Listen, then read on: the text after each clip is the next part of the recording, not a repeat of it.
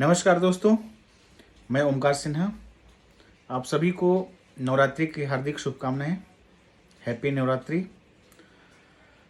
आज हम civil score के बारे में डिस्कस करेंगे कि सिविल स्कोर क्या होता है, ये किस तरह से आपके फाइनेंशियल क्रेडिट वर्दीनेस और फाइनेंशियल स्टेटस या हिस्ट्री के बारे में बताता है।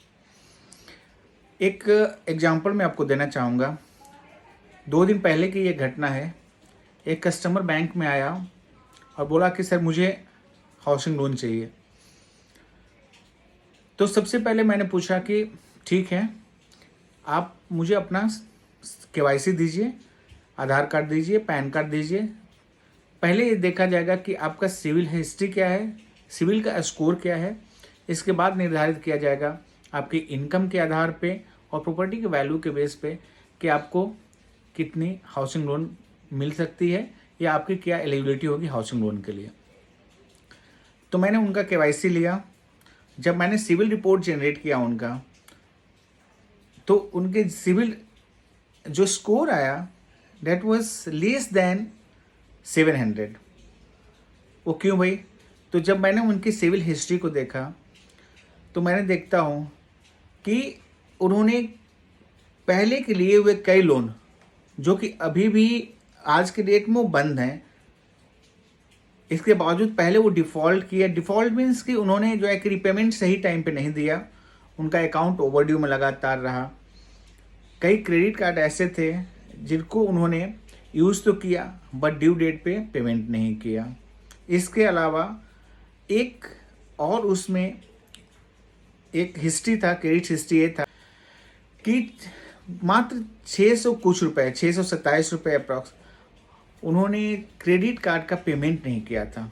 जब मैंने उसके बारे में डिस्कस किया तो उन्होंने बोलते कि सर ऐसा कोई क्रेडिट कार्ड मैंने कभी लिया ही नहीं है, मुझे मेरी जानकारी में बिल्कुल ऐसा कुछ नहीं है। ऐसे कैसे हो सकता है कि जब तक कि आपके नाम से कोई क्रेडिट कार्ड या कोई लोन सैंक्शन नहीं किए गए हों, इशू नहीं किए गए हों, तब तक वो आपकी क्रेडिट हिस्ट्री में नहीं आता है। ठीक है, कई बार कंपनी जब अपने प्रचार में या कई बार कंपनी जब कैनवास करने के दौरान जो है कि बहुत सारे क्रेडिट कार्ड देते हैं और बोलते हैं कि भाई इस पर कोई चार्जेस नहीं है, this is free of cost, ना कोई इशुएंस चार्जेज है। बट ऐसा नहीं होता है। कई बार उनके टर्म्स एंड पॉलिसीज़ में ये चीज़ मेंशन रहते हैं कि अगर आप क्रेडिट कार्ड इशू करते हैं तो भी इशुएंस चार्जेस आपके लगेंगे। ओके, ऑल्दो कि उनको वो कार्ड रिसीव भी नहीं हुआ था, ये उनकी जानकारी में भी नहीं थी। बैंक ने देखा कि कई बहुत दिन हो गए बट पार्टी ने कोई पेमेंट, ओवरड्यू पेमेंट जब नहीं किया तो उस पेमेंट को बैंक ने राइट ऑफ कर दिया, यानी कि अपने बुक से उसको हटा दिया और अपने बुक्स को क्लोज किया। बट एक क्रेडिट हिस्ट्री में, कस्टमर के क्रेडिट हिस्ट्री में ये हमेशा शो करते रहेगा कि इतना अमाउंट का जो है कि आपका राइट ऑफ हुआ है। ठीक है, तो अब मैं बताता हूँ कि हमें अपने कैसे क्रेडिट हिस्ट्री को सही रखना है और सुधार के रखना है। लेकिन उसके पहले मैं बता दूं कि जिनको ये जानकारी नहीं होगा कि ये सिविल क्या है। सिविल क्या है कि सिविल एक क्रेडिट इंफॉर्मेशन कंपनी है। भारत में इसी तरह से चार कंपनीज हैं जिसको कि एक्चुअली ये सिविल एक कंपनी मात्र है। ऐसा नहीं है कि सिविल ही एकमात्र कंपनी है एक्चुअली। तो is one of the CIC company जो कि क्रेडिट इंफॉर्मेशन कंपनी होता है। इनका काम क्या होता है, ये जो है कि RBI लाइसेंस्ड होते हैं। RBI इनको लाइसेंस देती है कि भाई आप एज ए फाइनेंशियल इंस्टीट्यूशन किसी भी व्यक्ति के डेटा को कलेक्ट करेंगे, उसको कंपाइल करेंगे और उसको जो है कि इंफॉर्मेशन प्रोवाइड करेंगे लोन प्रोवाइडर को या फिर फाइनेंशियल इंस्टीट्यूशंस को for the persons credit history and financial credit worthiness. तो उसकी क्रेडिट हिस्ट्री क्या है और उसका क्रेडिट वर्दीनेस क्या है। अब इसकी रिक्वायरमेंट क्या होती है? कोई रिक्वायरमेंट इसलिए होती है कि कोई भी बैंक या कोई financial institution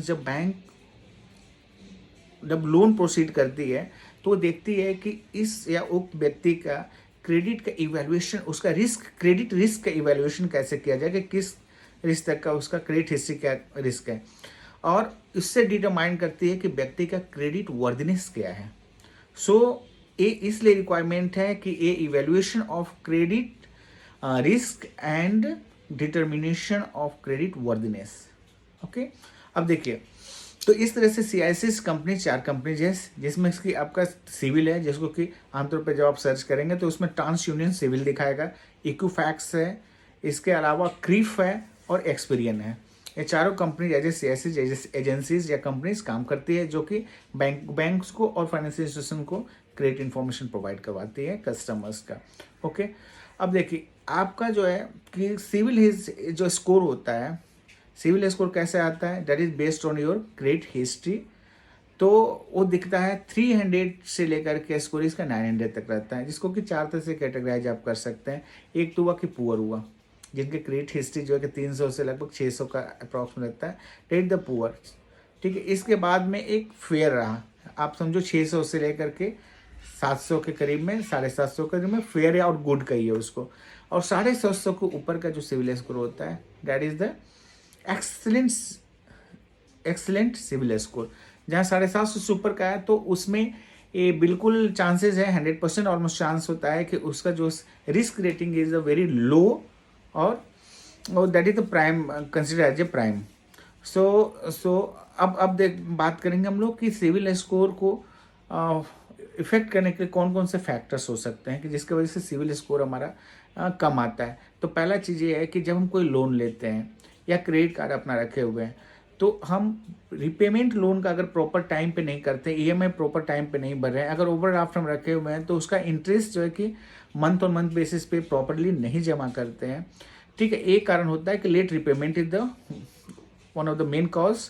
and second one क्या होता है कि जब बार बार क्रेडिट हिस्ट्री सर्च किया जाता है CICS कंपनी के थ्रू, ठीक है, तो ये भी आपके सिविल स्कोर को इफेक्ट करते हैं। सो बिल्कुल, अगर आपके सिविल स्कोर को सही रखना है, अच्छा रखना है अगर, तो पहली बात है कि अपने रिपेमेंट आप ड्यू डेट पे जमा करें, बैंक को जमा करें, इंटरेस्ट जो है कि प्रॉपरली आप सर्व करें, और उसे बार बार अपने क्रेडिट हिस्ट्री को सर्च करने से बचें। ओके, तो हाँ, होपफुली कि अब आप सिविल स्कोर के बारे में अच्छे से समझ चुके होंगे, इसे कैसे जो है कि अच्छे इंप्रूव कर सकते हैं और नेगेटिव या पुअर स्कोर से कैसे बच सकते हैं। होपफुली हम समझते हैं कि अब आपके सारे क्वेश्चंस का जवाब मिल चुके हैं। अगर अभी भी कुछ डाउट हो तो बेझिझक आप कमेंट बॉक्स में हम पे डाल करके अपना क्वेश्चन डाल सकते हैं, हम उसका आपको आंसर करेंगे। Thank you very much.